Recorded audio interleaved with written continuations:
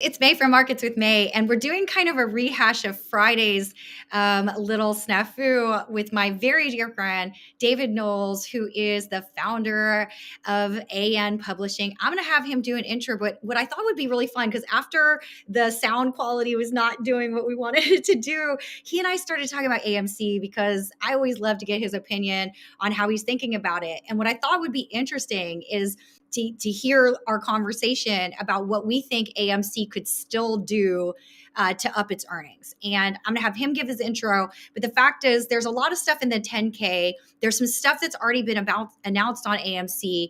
And you've got the ton of short sellers that all they can ever talk about is movie theater going, et cetera. And they don't see the bigger possibility. Now, I have talked about this a few times, and which relates to the fact that if you look at what AMC is, it looks an awful lot like what Live Nation looked like before Live Nation bought out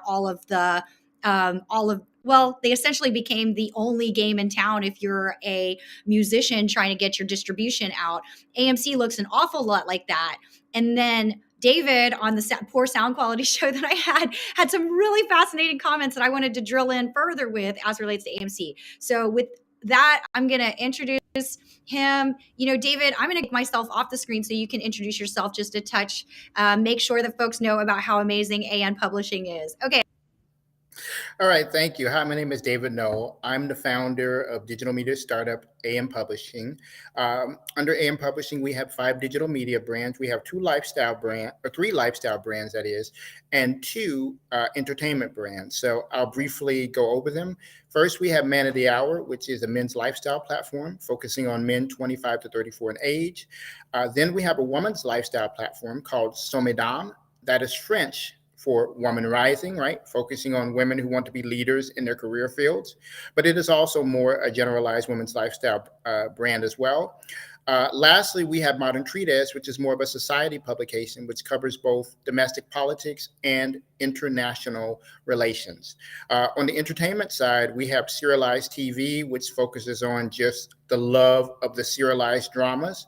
And one of my greatest loves of all is A Hot Set. We focus on people of color in the entertainment industry. So we're more of an entertainment trade publication that talks about the business side of the entertainment industry across film, television, gaming, live theater, what's going on for content creators. So we really take a look at the whole scope of what is happening in entertainment. So that's what we do. If you want to learn more about us, you can see and go to www.ampublishing.com to check everything out. But anyway, thank you. I'm going to turn it back over to May so we can get started. This is so exciting for me because I love having these conversations, David. David, I mean, he's like a young ingenue in the business. You guys have no idea how long he's been at this publishing game. So he loves talking about possibilities in entertainment as much as I do. And it's really interesting because when the sound was cutting off so aggressively, last time, he was talking about the theme and the future of entertainment. And then we were talking about theaters as it relates to how experiential is everything. And I wanted to pull off one number just to give you guys a sense for why I care and why I think this is such a clutch and key way to think about AMC in the future. If you look at the 2 major advertisers out there, IPG is one of them. Their revenues are $14 billion to AMC's $4 billion approximately per year. So right now, AMC is primarily making that money off the distribution of movies. But if you really go into any theater, and next time I encourage everybody that's AMC ape, all us gorillas out there, go in and look around at all that space, because that space has such potential for monetization that David and I think they're not there yet. It hasn't really been announced. There's been a couple of things in the 10K, but there's so much exciting stuff that we think is possible given what the demand is now for advertising. David, why don't you pick up from that comment? Because I thought that was so cool what you were saying on the event side. Yeah.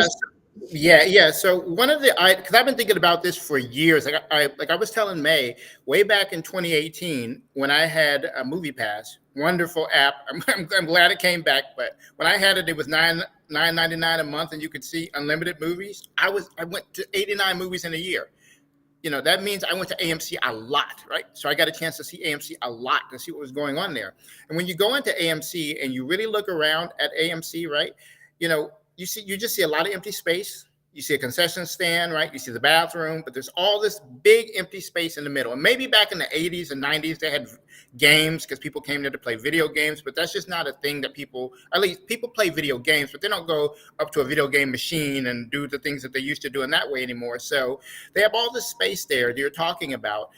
So one of the things I was thinking about when it came to AMC and it came to just the future of theaters in general, right, is look, we're already going through a consolidation of the theater experience, meaning that, you see theaters closing around the country. I've had several theaters close in the Bay Area itself, where I live at in San Francisco. So I can see that there is a decline in theaters. Even the independent theaters that AMC and the former Regal Cinema have bought up, they've closed those things down. So how could you refresh this theater experience for a new generation, for the millennials, for the Gen Z, and for the future? So one of the ideas that I've come up with is, and me and May were talking about this, is think about this. When Black Panther Wakanda Forever came out, or when Avatar The Way of the Water came out, these films have done phenomenal at the theaters, right? And they have a culture built around it. They have a large audience of people who want to come see these films. So it would be a great idea if, for instance, you take one AMC theater within a metro area, right? You take one of those theaters, right? And then what you do is you turn that into an entire, like all of the complexes within that Cineplex, all those theaters there.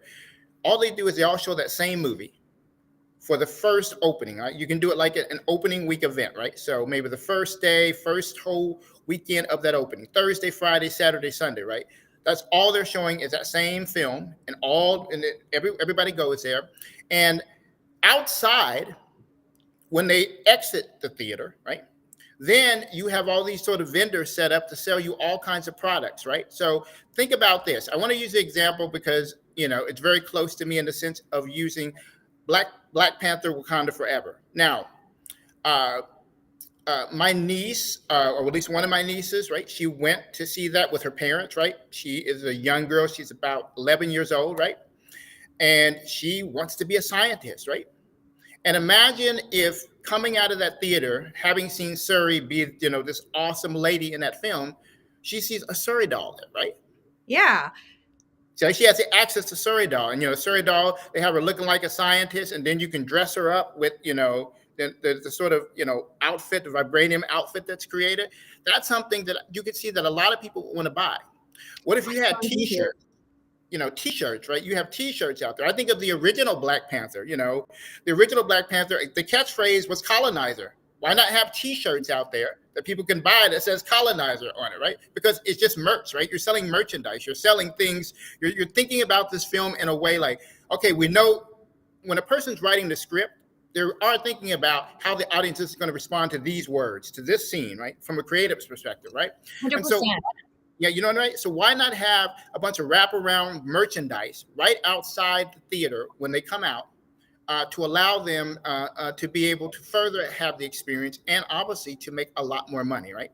This is something that is a perfect thing they could do there. And what I said is when you come to the theater to go in, you don't see this, right? You go in, you go to the theaters, and while you're in there watching the movie, right? Maybe during when they know it's like 20 minutes before the movie's going to come to an end, right? Then they come in, they start setting up everything so that when you come out, the entire audience is just kind of like, wow, I didn't know this was going to be there, right? And you have people who are doing this. They can be dressed up as some of the characters to make it a little bit more interesting, right? You can have people who are hired to work, these events, if they want to be like, a character from a movie, just like you do cosplaying, so that the kids, all that. You get it? Totally agree with you. There is a reason why you get out a Disney ride and what you end up walking out before you're allowed to walk out of that Disney ride is a store. There's a reason for that. And that's something Disney understands. I hear you. What I'm hearing you say is they undersold you. You bought the theater ticket. You would have bought a whole bunch more before you left. And little statistic for you. I believe when I looked at the statistics in 2021, which wasn't even a big year for Disney, they spent between almost $4 billion in marketing a film. And this is just marketing expense. I mean, merchandise expense is one thing, you get a cut of what you sell, but actual marketing expense, which is what you could get out of all the like the cardboard cutouts that would go around whatever, that's 100% marketing budget. That ain't coming out of, that doesn't have to come out of AMC's operating budget. So that's how I'm thinking. Yeah, I'm totally with you, Steve. We're going to come back to your question in just a bit. Let's take a quick question. Are non-US shareholders eligible? Steve, I'm going to answer this one really quick and we're going to continue on with this discussion. But the answer is yes, you are, provided you are an actual shareholder and not owning it in some funky way. Now, I talked about this in a couple of my other episodes because there are, depending on which broker deal you're using, some of them are doing all kinds of crazy stuff, fractional shares, equity linked notes. These are all things that synthetically have you owning it versus actually owning the shares. Okay. If you're owning it through some kind of GDR or something like that, that goes in as a depository receipt where there's a bank that's holding the shares against whatever it is you own. You're going to have to call your broker dealer if you live overseas and own shares and take a look. And that's a really good point. Also, that gives me a little segue. I did want to remind people that AMC, for those that are watching the US, it may seem like AMC's just a US company, but they have a lot. Only 593 of the 946 theaters from their 10K are in the US. Everything else is in Europe and also, strangely enough, Saudi Arabia. So this is a very international company, and there's a lot of people that are AMC shareholders that want to see this company succeed. So we're talking about ideas. We had just talked about the fact that we don't think they're getting enough per ticket because they're not even selling us merchandise. I mean, you think about it, every one of these theaters, let's just use Disney as an example. Every single one of these theaters is just an extension of the branding that's trying to happen. And I loved, you and I also talked a little bit about Disney, Bob Iger, what he had to say and how that differs from what Viacom, now Paramount, is doing, but we think Paramount's going to have to do it as well. So why don't you talk a little bit more about that, because that's something I know you've been thinking about for a long time. Yeah, when I listened to Bob Iger's earning call, right, I was listening very intently, and I was obviously reading the transcript at the same time, right? Right. And I was looking for some keywords. And the key word here is creatives and content, right? Yep. Totally creatives and content, you don't have anything, right? You don't have anything there. And one of the things that Bob Iger said, right, is what he said is that he was going to put power back into the hands of the creatives. And obviously, Bob Chapek, he was not a kind of individual who was allowing creatives to have power, right? And I know you and I have talked about this where you've talked about May, how like the creatives were just like it's either he goes or I goes. I get that same feeling too. That's what I think happened. I agree with you on that. They were very extremely upset. Yeah, I think he pissed off the creative team. That's my guess, but we won't know because we're not inside Disney and no one will ever tell us. But it sounded to me like he really pissed him off. Yeah. And so, when Bob said that he was putting the power back into the hands of the creatives, right? You have to understand a little bit of Bob's history. Bob has come all the way up through the ABC system, right? Right. He has come up. I mean, he was like a lowly kind of assistant position way back in the 70s, right? He ended up being the head of ABC Entertainment. He greenlit shows that were very popular, like America's Funniest Home Videos, Twin Peaks, which became a phenomenon from a short period of time. So he has a really good understanding about content, right? And how you can procure really good content, right? And so what we're going to see going forward, at least during his short tenure there, and until he is able to find someone or find his protege, which he can train in the next 2 to 2.5 years, or maybe a little bit longer, to take his place, is that he's going to really be refocusing the entire Disney brand, right? But particularly its media properties on focusing on putting out great premium content that is going to bring audiences in, right? So he knows that Marvel is a big thing, right? He understands it. And when he sees, and while look, we understand that Shang-Chi and the Legend of the Ten Rings came out like right in the midst of theaters just opening back up. I know he's looking at that and said, if I were making sure that this film was going to be a success, I could get it over the 400 million, I could get it higher, right? When he sees that Black Panther didn't get an opening in China, right? This is Wakanda Forever, right? And now it's going to get an opening, right? He said it's going to get an opening coming up. You can see he's saying you were the problem, right? Something is going on with you, right? When they see that Bob is getting caught up in the midst, the former Bob, that is, of Florida politics, right? and not Yeah. fully focusing on the business, he sees that's a problem. So I'm really, really happy that he's really going to focus on making sure that the content creators are empowered and enabled to create the best kind of content that's going to maximize their potential to engage audiences and to make revenue. That's what you really want there, right? That's Yeah. what you want. Love what you're saying there, because because you said something, and I want to hold on that. This is a little bit like what Evan's comment is here. Thanks for coming. And also, um, I think it's Jorge. You come all the time, so I'm a huge fan of your support. I appreciate it. But as relates to both of them, when you're talking about content, you said something really fast, but I think it's really important, where it's like the content creators aren't just thinking in terms of movie either. They've created this beautiful place in their head, and they're trying to bring it into the real life. AMC is a part of that. Go ahead. How are you thinking about how it would visually look? Like, Yeah. Yeah. You know, when you think about, okay, so this is a very important part. Obviously, AMC is providing the facilities for these films to be seen, right? That's what they're doing. Disney and all the other studios are providing the content for the theater. So they work hand in hand. This is they're like a dating. They're like in a long-term relationship, somewhat of a marriage, until like this idea of going to the theaters disappears, which I don't think that if it does, it'll be like 100 years if that's the case what happens. But until that happens, right? Then they're in this wonderful long-term partnership, right? So, you want to be able to push out these big budget, visually stimulating films. There's a reason. I don't know if anybody here has seen Avatar: Way of the Water. I have seen it. I understand why this film has now hit more than 2 billion, right? Right. It is a masterpiece. Whether or not everybody likes everything about the story or not, that in people's individual opinion, but it is a visual masterpiece, and it is making massive amounts of money globally, right? So again, we go back, we think about it. This is where at the theater, when it's opening, or at the theaters when it's opening, you have people dressed up like the characters from Way of the Water standing out there, right? You have the merchandise, you have all of this wraparound stuff going. But the additional thing, and I wanted to really get this in there, is I think one of the great things that AMC could do with its theaters is, particularly for some of its big budget films that are going to garner large audiences, but maybe even for some of the smaller films. After the film is done, you can have like a 20 to 30 minute or even an hour space for people to get together and just talk about and celebrate the film. How many of you have gone to the theaters and you've seen a film and you leave and you try to find a coffee shop or a place to go get some extra food or some drinks to have a discussion about the film that you just saw? Why not have that space on site for people to be able to do that there, right? Or use it to amplify the existing restaurant. There's Yep. about slightly over 300 AMCs in theory have a restaurant dine-in space.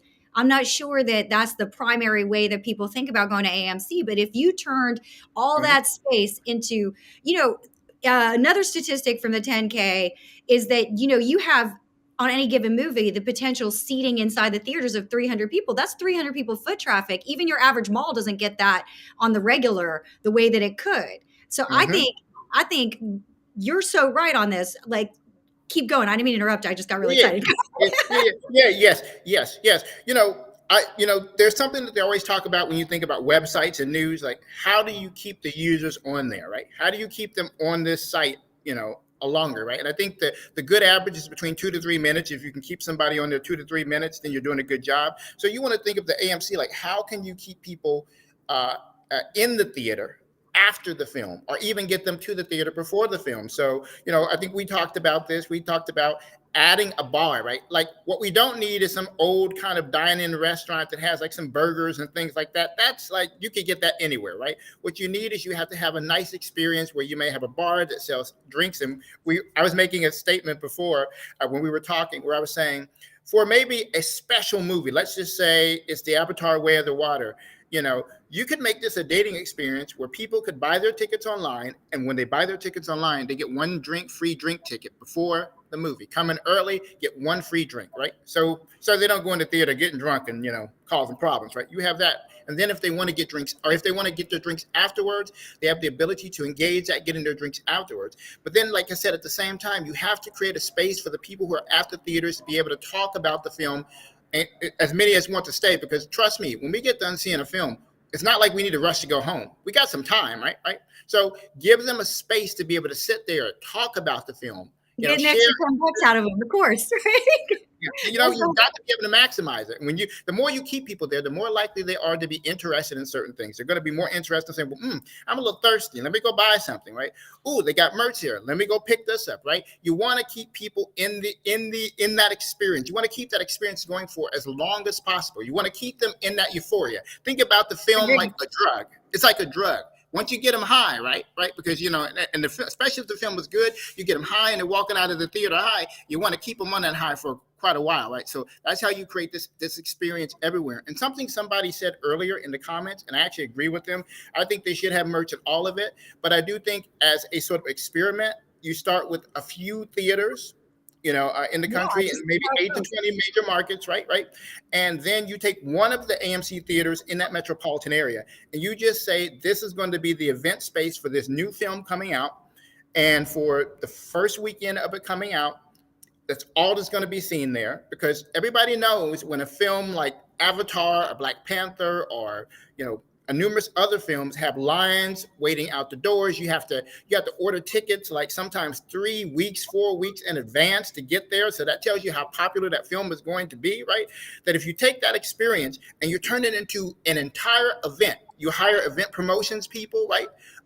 You can hire people who are made of catering, to bring in the sort of food that you can sell to people. You might even just say, think about this. Think about if you had an event space and we're doing it for Avatar Way of the Water. And we say for $80, you get 2 tickets, you get free access to all these hors d'oeuvres. You might even get a goodie bag, right? You get all these different things. I think that's an experience that a lot of the people who are film goers would like, and extended that. Then as you expand it out to everywhere else, then you just have merchandise everywhere else for everybody else to see. So I think this is where this whole synergy comes in between the two. Yeah, and in some cases, they could figure out whether it makes sense to just outsource that outright. So it's just they're taking a fee, almost like a space fee or something like that. They could end up becoming like a REIT associated with just giving back once they finally get all these little mini properties in it. But it just depends on, and I think it's unclear, and I think it's something that they still haven't figured out yet, but it's totally a possibility. Because when I look in AMC, when I walk into an AMC, I see a bunch of square footage that is not currently profitable that could 100% be profitable. That's what I see. Aside, and then I watch the movie and I don't think about it too much. But the fact is, there's a lot. Now, I wanted to address this Model 3 dude. I think right now that's not the case, but in the future that could be the case, because right now they do still make more on the ticket sales and the such. But I think that's where we're going with this, is if it's not them selling it out of the AMC concessions component, them 100% figuring out a way to just sell us more as moviegoers, because quite frankly, especially with some of these blockbusters, they're not getting every dollar they could out of us.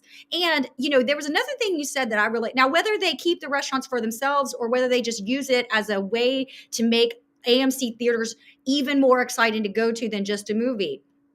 You said something to me really interesting when we were offline about like showing up before and after the movie and how you see a bunch of people and that's just a waste of the fact that they're sitting there not trying to sell them something. Do you remember what you were talking? Do you remember that conversation? Okay, go ahead. I Yeah, thought that was a really good point. yeah, yes, I do remember that. Yeah, I mean, I think you have to think about the entire experience, right? So you have people waiting in line outside, right? You shouldn't have them waiting in line. You should have them already inside mingling around, so you have access to, Or all doing kinds of something where you things can for sell them. them something. Yeah, yeah, yep, yep, yep. You need to Yeah. have access to all kinds of merchandise, all kinds of things for them to be able to already have there. You need to have access to a space for them to be able to just kind of uh, prepare for the film, right? Talk, whether it's with their family or their friends, or even just people that they brought there, people that they don't even know. You need to have that. But then, like I said, it's the after experience, which is also equally the issue, because people are just walking out afterwards, and you can change this from an experience of people just walking out afterwards to really just keeping them and maintaining them there. And while I do think, look, concessions has been an important part of the theater experience. I'm gonna use myself as an example. When me and my woman go to the theater, she brings a big old purse. We put food in there. I see a lot of people bringing on, women bringing big old purses or the backpacks, putting food in there. I say that. I'm sorry. What's your I'm sorry. It's what I What's do. It's because when I look at the concession prices, I'm like, oh, I could get I could pay $2.75 and get popcorn. Well, I got to pay that much here. I get that.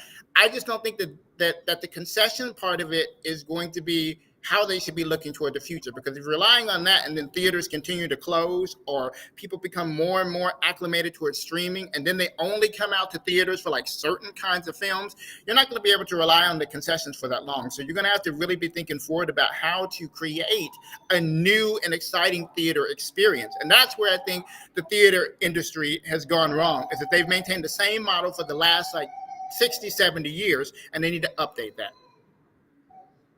What do you think? Yeah, I mean, as we've gotten out of this COVID, there's so many people want to socialize. Strangely enough, not everybody. I'm a little bit of a recluse myself, but at the same time, I think a lot, especially. So you've literally, this is the way that I see the movies, and I think this is the way. This is what I've always loved about Disney, for better or for worse. But from a business perspective, you got to give Bob Eisner this credit.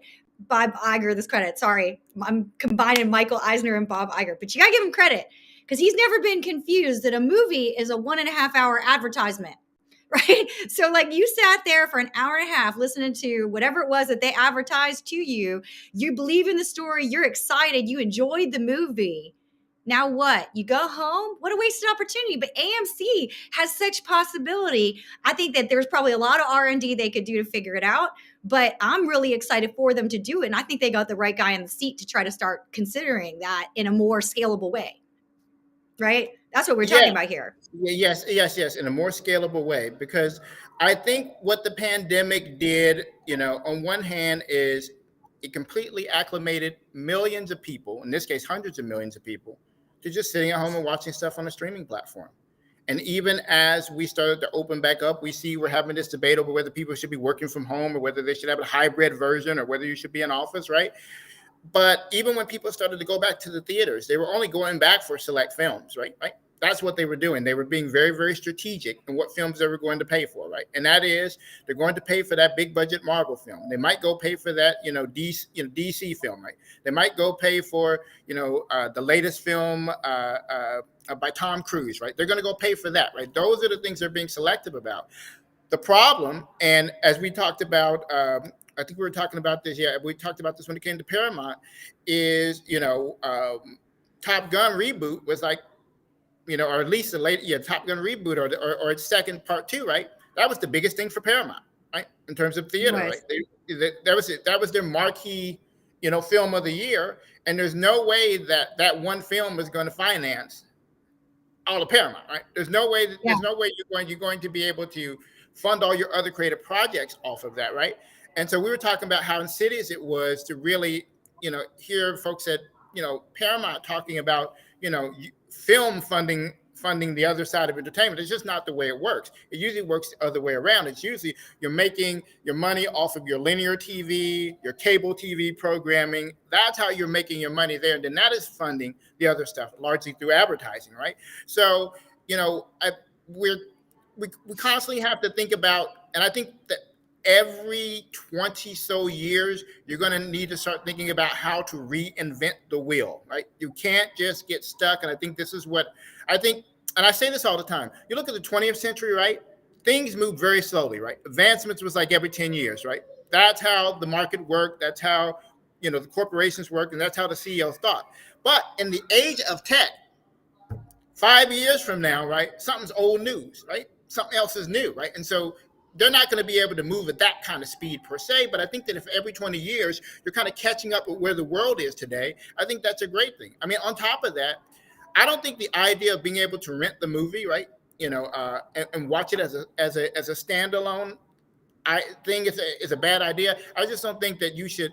I think one of the problems I saw with that was people are subscribing to Disney and then you're making them pay another $30 on top to see a film. That didn't seem fair, right? It seemed like, just let other people who don't subscribe to your platform go to a website or go to a platform that is run by Disney to see the film, right? You have 24 hours to watch that film, just like you do for pay-per-view, right? You buy it, you got 24 hours to see it, or you have at least 7. Look, let's be really nice to people. Let's say you have 7 days to watch the film from the time that you are paid for it, right? And then if you need to watch it again, obviously you can pay for it another time. That's a fine idea. And there's going to be a lot of people doing that. But in terms of if you want to get butts in the seats, you've got to change the experience other than just feeling like all we do is go in, buy some popcorn, buy some drinks, and buy some candy and go sit there in the theater, watch it, then get up and go and leave and exit. That's not the way of the world. You know, I think there's I think there's a lot of creativity they can do right now. In the next few quarters, you've got a lot of movies that are coming out. This is what Mr. Aaron's been saying, is that there's a ton of movies that are coming out, so it'll just help them out in the near term. But longer term, it should give them a chance to do this R&D. Now, we got two really interesting comments. Jorge, hopefully I'm pronouncing your name right, and Dave. With Dave, he's talking about AMC Experience, which is kind of the direction that you and I would be intrigued. You don't have to do it in a real, like you do it with a handful in the metro market area. And then you got Jorge, who's got a really great comment as well, which I think it's two sides of the same coin, right? There's nothing wrong with this comment either, which is reducing costs, closing the cinemas that aren't making money, et cetera, et cetera. Some combination of the two of these isn't necessarily counteractive. It's an interesting thing because he's got to navigate, to me, in the next year, this combination of getting rid of the portions of the business that will not remain, which is what I think you were just saying about this. But he's also got to reinvigorate the concept theater. I mean, he's really created a beautiful situation for himself because there aren't competitors of scale any longer. I mean, they're all done. They're all out of business at this point. So what he could do next could be so exciting and so interesting. And then you got to remember that this gentleman navigated Vail Resorts in specifically this way. He did something with Vail that no one else did. And so I am intrigued. I'm intrigued by that. I know you guys want to talk about Big Lots right now. I'm not prepared to talk about it on this episode, but I love you guys. I'll have to try to look into it over the next quarter. What else do we have here? We have some really 40. Let's see, merchandise in the theaters. Now, what were some of the other things that we talked about? We talked about food, activities. Oh, time of day that these movies play versus what we think might be possible. Yeah, I remember that. And I remember I specifically mentioned that when the original Black Panther came out in 2018. Yeah. You know, and we got our tickets like a month in advance, right? That they were open and it was already filling up, right? We were looking at the theaters around us because we want to sit in a certain spot. And you know how AMC and Regal Cinema was allowing you to pick your seats, right? You know, where you want to sit at, right? You could get it. Yeah. And we like to sit at the back in the center, right? We like to be back in the center because we want to be close to the exits, right? You know. You never know what's going to go down in the theater. We heard of Aurora. Right? We have very strong opinions, and they are working with that. Working with that. I think it'll work.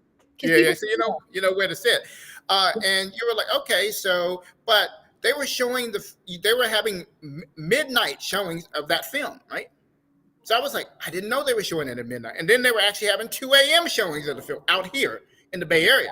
So for that particular film, they were going beyond, the normal sort of, maybe it's at 10 o'clock, it's the last start time, and then you're going to start shutting down. They were really engaging with the wealth of people who wanted to see that film in a particular way, right? So then the question becomes like, how do you think about that experience now, right? How do you think about it, like, with where we are at with cinema, and what can we do with that? Look, I think that on weekends, right? Think about this. When you think about Friday nights or Saturday nights, right? This is a time period where you can have you can have your sort of matinee showings, right? The little early afternoon showings, but you can also have the late night showings, for people to go out with their partner that they're dating, right? They can go out there and they can have this sort of late night experience, right? So you can have a midnight showing, right? That's not a bad idea to do that, right? Particularly for some of the most popular films, right? To engage in that way. So I do think, obviously people aren't that interested in going to a theater in the, let's say 10 o'clock in the morning, right? And you might.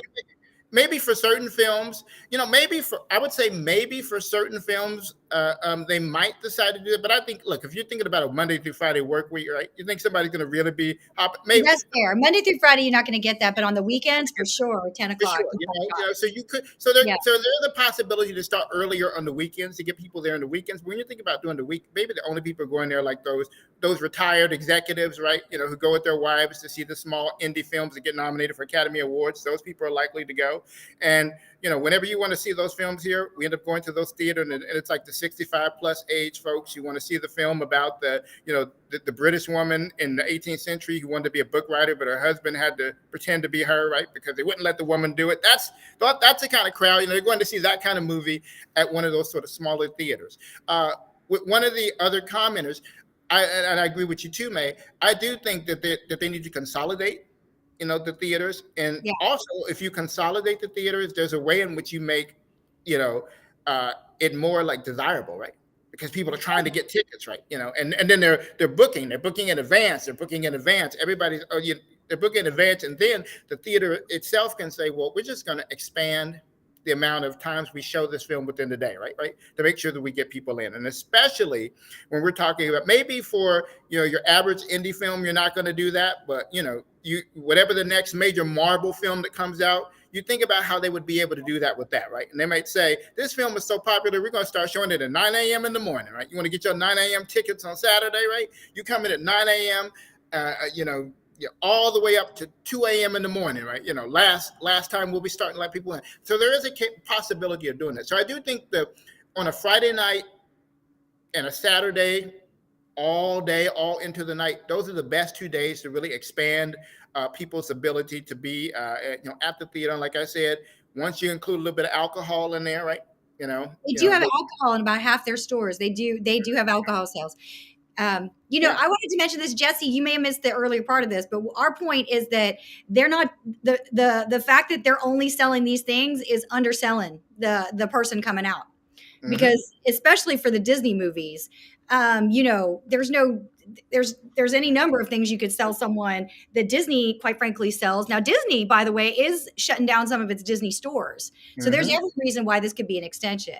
Now, the other thing that we talked about really briefly, in case people were not aware of it, is that you can always sell it along with the ticket, and then pick it up at the AMC theater. So stuff like that could happen and give people a reason to come early, get concessions, etc. My point is that I'm with you. I think that there's still so much they could do, but I think it would be very interesting. I don't have any great ideas for this, but the one slot a time, Monday through Friday during work hours.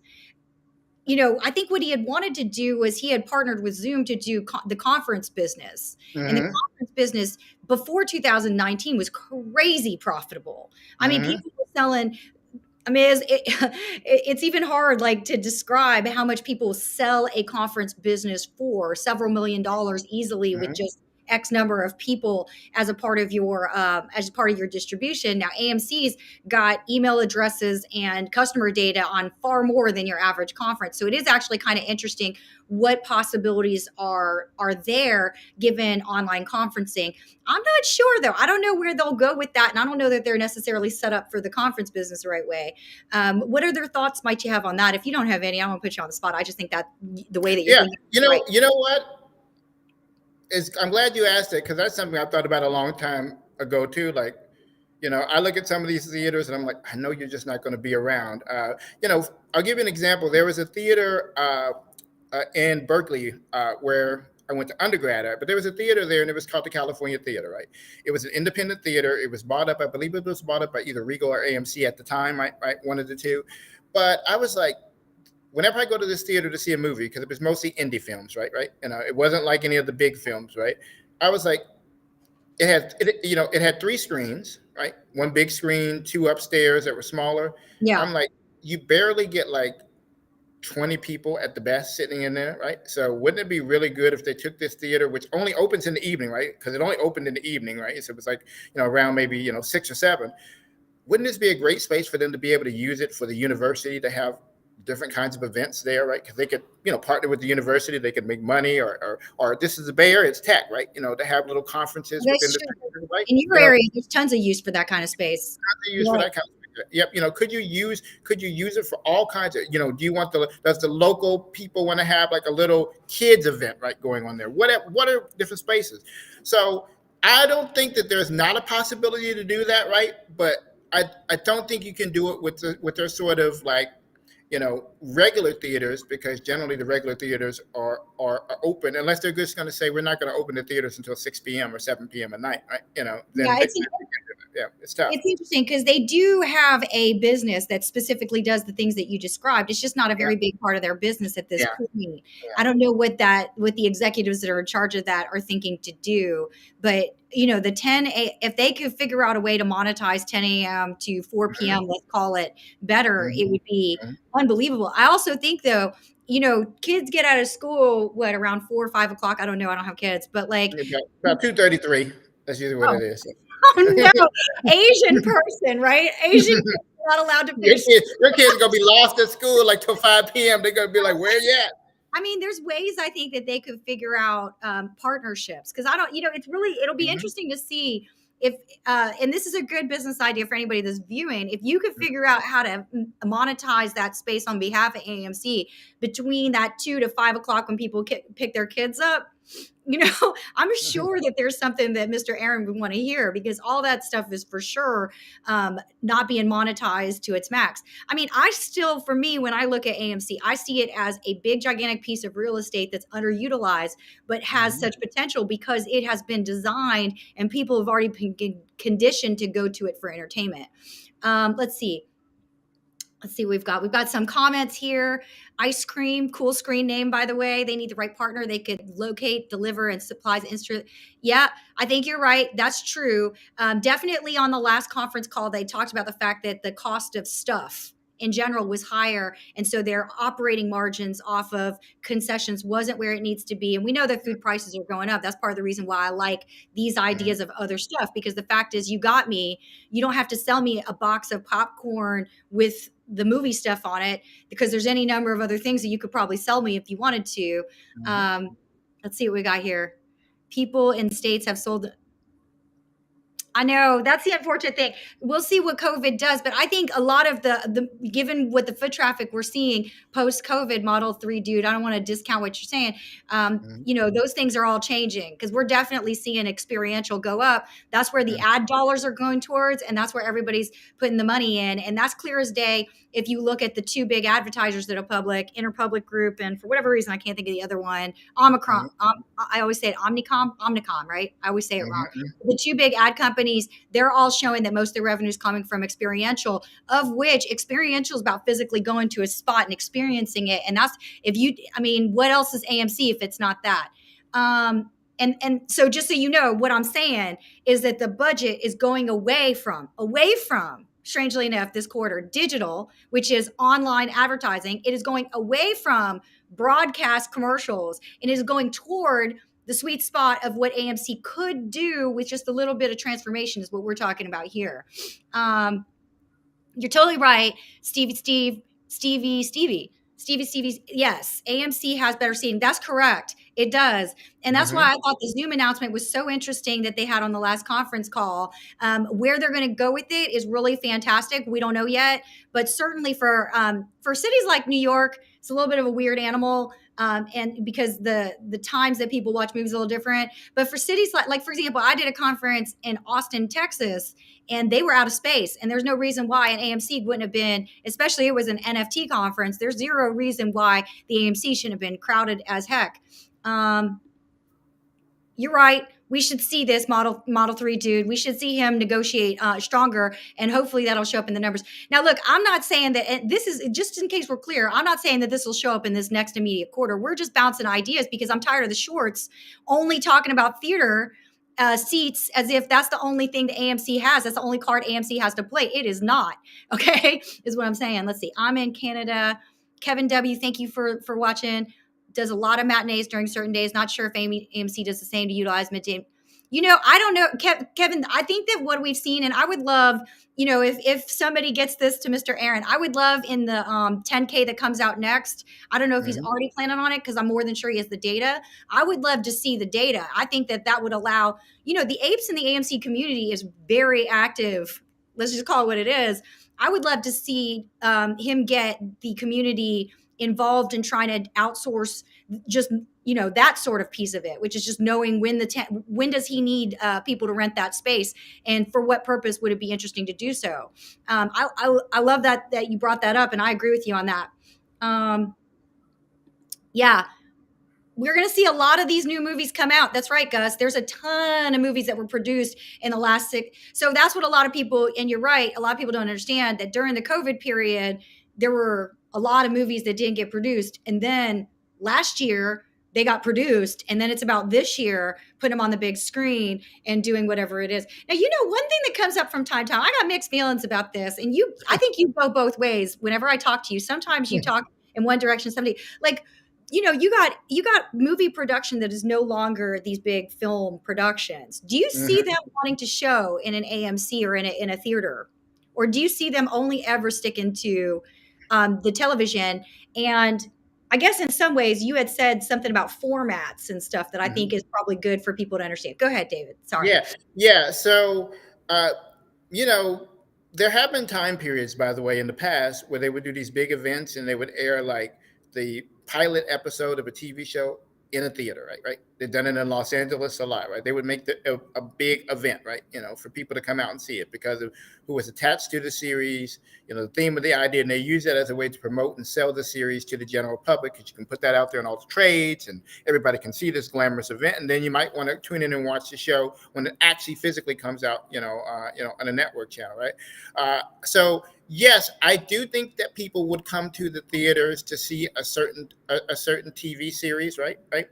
And I would say this, even obviously they come to see film, but even for certain films, think about this. What if say, and this is like an old series, so I'm going to use an old series. What if during the time period that The Sopranos was out, right? You had AMC doing like a come watch all season one, right? Like a binge watch season finale with fanfare. I would go to that. you know, That's you go to, awesome. you go to that event and say we're going to binge watch the entire 10 episode season, of this show. Right? You're going to go to the theaters. You're going to see the entire episode. You're going to have people are going to have discussions and talks, right? Because one of the things, what is it, the Rocky Horror Picture Show? That is still an event that happens around the country with a cult following that shows up once a year, right? To go see that, come dressed up as like the main character in it, and then also to participate and celebrate in the love of this sort of cult classic. It wasn't a financial success, so to speak, at the theaters, but it is kept itself alive, right? Through an audience. So yes, you can bring people to the theaters to see these kinds of projects, right? So you can do that. Right? You can get people to come in there to do that, but it would again still have to be more event based. I don't think people are going to be coming like, let me go watch the new episode at the theater Yeah. every week.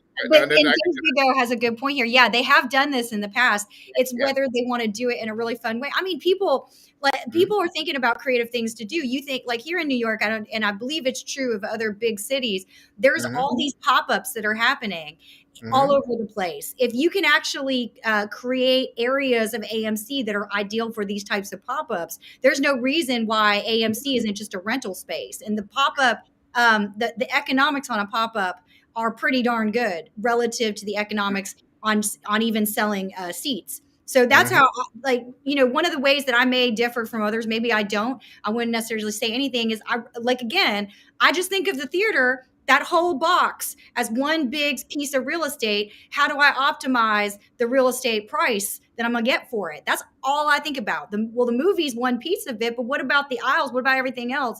And I know that AMC thinks of itself this way for sure. They don't necessarily present that in the they don't present it in that format, but I'm not confused that he's given who it is is not thinking about it that way. There was one other thank you guys, I love these comments. AI video game facilities inside AMC, a deal with Meta to create. All right, look, I'm not as positive on Meta, but at the same time, I will say that there's something, I don't know yet what I think you're in the right direction, Kokomo Joe. I don't know what it'll look like. It would definitely have to be profitable. In general, I've heard them talk about, World of Warcraft type, big video game, what you call it, the big events that they do where it's competitive and you're going for the high score or whatever it is. Mm-hmm. That kind of stuff. Esports, all that kind of stuff. Yeah. Yeah, the esport is definitely an avenue that I think is under marketed, underutilized. I'm sure that the AMC event people are all over this. I'm excited for them to continue to grow it because I really do believe, and by the way, I'm a huge RuneScaper. I know that's really not a video. It's a video game, not video games, but everybody knows that about me. I'm big into it. But like, I love what's happening in the AI world, in the meta world. And you've already got this gigantic screen that's set up for 3D half the time. There's no reason why more can't be done there. I'll be excited to see what is done there. Right now, they sell plenty of tickets on those types of movies, so that's a very exciting aspect of what they do. I agree with you. It would be really fun, like if they did a Game of Thrones pop up of some sort. That would be cool. Or if they did a special 3D episode with all the fanfare. I mean, I think that what it is if you start thinking about AMC as the distribution arm of a bunch of brands that all of these movie houses are trying to do more with, you got Discover, because you got to think about it. All right, and this is how I look at the media space. And unfortunately, because of our sound quality, we talk about this all the time, so it's really exciting and fun. You could tell how much I love it. Mhm. We think of Paramount, which I have to keep.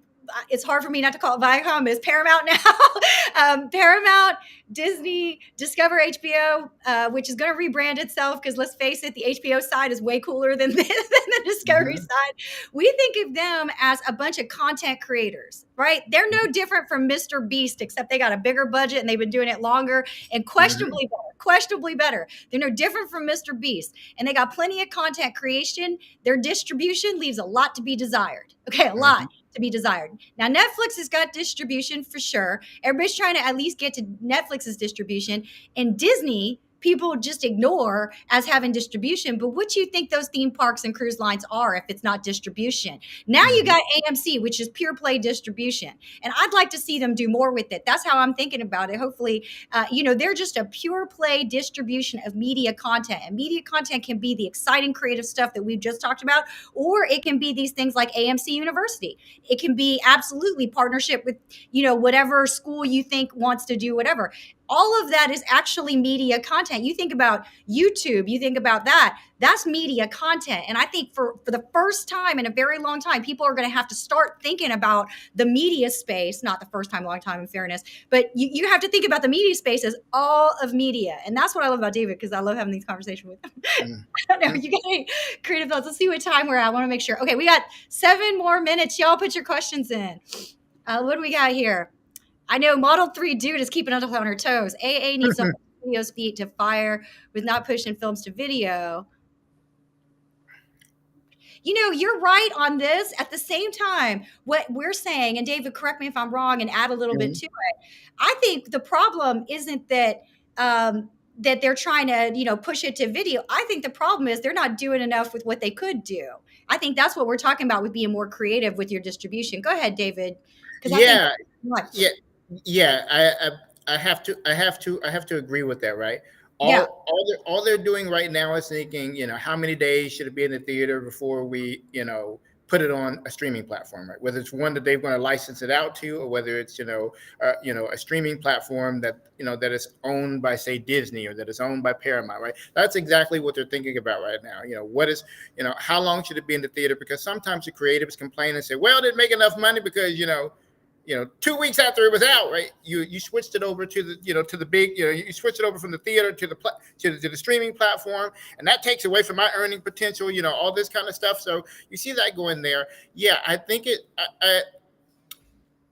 I think the like 45 days is a great amount of time to keep a film in the theater, right? Right. And you take it out earlier than the 45 days if you just see that the film is just not going to be, it's just, it's hit its peak really quickly, right? And its peak was not really that high, and you just see that it's not going to really make that much money, no matter how much you market it, right? In that way, and then you can just throw it onto a streamer, but you still got to make in whatever contracts you're signing, right? With individuals who are creating these films, you got to be able to make sure they can make some money off of the streaming part of it, right? So then they'll be less concerned about why it really isn't really is in the theater that way. But I also think it's like, when you're thinking about the distribution of these films, I think you have to think about all of the different kind of markets and ways you can exploit that film. Again, like I said, you know what? If you're going to have the film immediately be on streaming and be at the theater at the same time, make the streaming rental price higher than the theater renting price, at least until it's out of the theater, right? So if it's going to cost us like $18 to go to the theater per ticket to see the film, then say it's going to cost you $28 if you want to rent it and watch it at home, right? So you're almost encouraging people to actually go out to the theater, or else they're just going to wait 45 days or so, right, until it's there. There's always going to be that portion. You're not going to get everybody to want to come out to do that, right? In order to be able to get them to see the film. And I want to go back to some. I heard somebody else say as a comment, and they said they would have watched Game of Thrones in the theater. So would I. I would have watched Game of Thrones in I the would totally theater. watch them here. I agree. I would totally watch it, right? Yeah. Yep. And it would have And been a cool event. It would have been a really cool event for Paramount to do. For sure. yeah. I want to address this by Jorge because it is a real thing. Now, look, these are real people that are going to it's going to probably have to get a little bit worse before it gets better. Remember, this conversation is about what is the possibility of AMC. I just want to do a little something more before we start getting into earnings season, which they are going to report earnings at the end of the month. But you're right in the sense that this will probably happen to try to kind of get the debt numbers down. I'm not going to deny this. And this is going to be really unfortunate because these are the types of jobs where these people really do need it to pay their bills. So I'm not going to deny that this is true.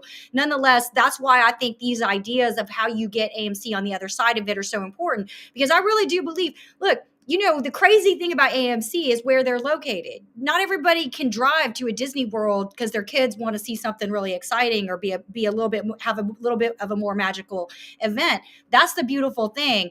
That is truly a beautiful thing. And AMC has this beautiful potential. And I got to tell you, I've been so amazed by the creativity of what experiential event planning really has grown to. And it was going like this before we entered COVID. I think it comes back because those events are fun. I mean, now I'm just going to throw some out there just in case some of you don't know what I mean because you're in areas where these don't happen. But everybody's heard of Burning Man.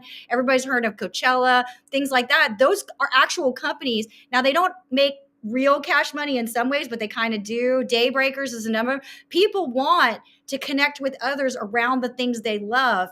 And literally, people end up loving these movies. David, go ahead, because I want you to expand on this concept a bit more, because I think this is at the heart of what you're saying. Yeah, these movies have a life way after they're in the theater, right. Like I said, the movies, when you think about it, Star Trek, Star Wars, right? These are movies, Star Trek started as a TV series, right? Then turned into films, right? You know it. Star Wars first one came out in the late 70s or during the 70s, right? It has turned into a cultural worldwide phenomenon where people come out cosplaying, dressed as Darth Vader, dressed as these different characters, right? The merchandise. Let me put it on top of the merchandise, right? Look, the number of books that are written. There are like hundreds of authors who are paid to write Star Wars universe books, or people are paid to make Star Trek universe. I mean, they really exploited that whole the whole Star Wars universe, the whole Star Trek world. They exploited that as much as they could, right, to build this sort of wraparound culture. And there are a lot of Game of Thrones as a TV show has a wraparound culture, right? The Lord of the Rings has a wraparound culture. Now we see this, right? Yeah, all those properties do. Even a little bit of a lesser known one would be what is it called? The Power franchise, right? Which has about now 5 or 6 series. It's a Stars thing. It's one of their biggest, most successful things. They're building a culture around these whole things, and that's it. When you're able to exploit that culture, right, and to provide them with all the things that they'll do, they'll buy the video games, right? They'll buy the costumes. Oh, that's right? a great point. Like you could, especially with a company like Disney, if there was a movie, if there was Wakanda Forever, like be the first to be on the list for the Wakanda Forever video game at the movie. Why not? I mean, that should come straight. And again, that comes straight out of marketing budget. That doesn't come out of film distribution. So when you look at the financials for Disney, again, like I said, they spent 3.7 billion in marketing budget. You go on across all of the film businesses, you can see it. All that stuff is really potential for AMC. And then of course there's always product placement, stuff like that. But that's a different sort of animal. Okay, let's see. We got a minute. Are there any other questions here? Are there any other points that you haven't made, Dave? We'll have you on again for sure because this is fun. Yeah. The only other thing I'll say, and I'll just finish it off with this, is that I do think that they could have things set up outside of the theater for them to be able to play a Wakanda Forever video game, right after the movie. People can just play it for free. Yeah, there's a lot of idea. Yeah, free there, and then if you want to buy it, purchase it, right? You you want to purchase your access to it online, you want to give them all these. That's just another thing they could potentially do this. So adding in the video game element to it would be good. Even if they had it in the sort of virtual reality sets, they could put it on and they could see themselves as the characters in the game. That's another perfect thing that they could add to the experience at the theater. So that's it for me. All right. Well, hopefully this was a little bit of a different animal and a fun animal. We've got earnings coming up fairly shortly. I will try to post something within 24 hours live reviewing the earnings. On the proxy statement, I'll just say a couple words because I saw a few things throughout. I actually didn't see a lot of difference between the newly posted proxy statement and the previous proxy statement, but I noticed people are pulling different things out. It was the case that Antara went ahead and sold the portion that they were allowed to sell according to the documents that came out. To me, that isn't such a big deal. I know some people are really upset about it, but given how big a slug they had, which was about 28%, it seems to me that they wanted to be about a 25% shareholders, which is where they sold all the way up to. So they're exactly now a 25% shareholder. So I'm not concerned that they did anything that they should not have done as related to that. And if anything, I think that if you really read the AK, which I kind of talked about, but maybe y'all didn't catch it the way that I meant it, which is that is a typical sort of just sale that you would expect given the size of what that investment was. Take some profits, but still allow yourself wiggle room and the such. But we're going to end this because I bet that's your significant other trying to get you off the phone. Thanks, guys, for tuning in. Keep the comments coming. Keep the ideas coming because I love reading the comments. I have to answer them myself. There's no one else helping me out. So just give me some time and have an awesome Sunday. See you guys later.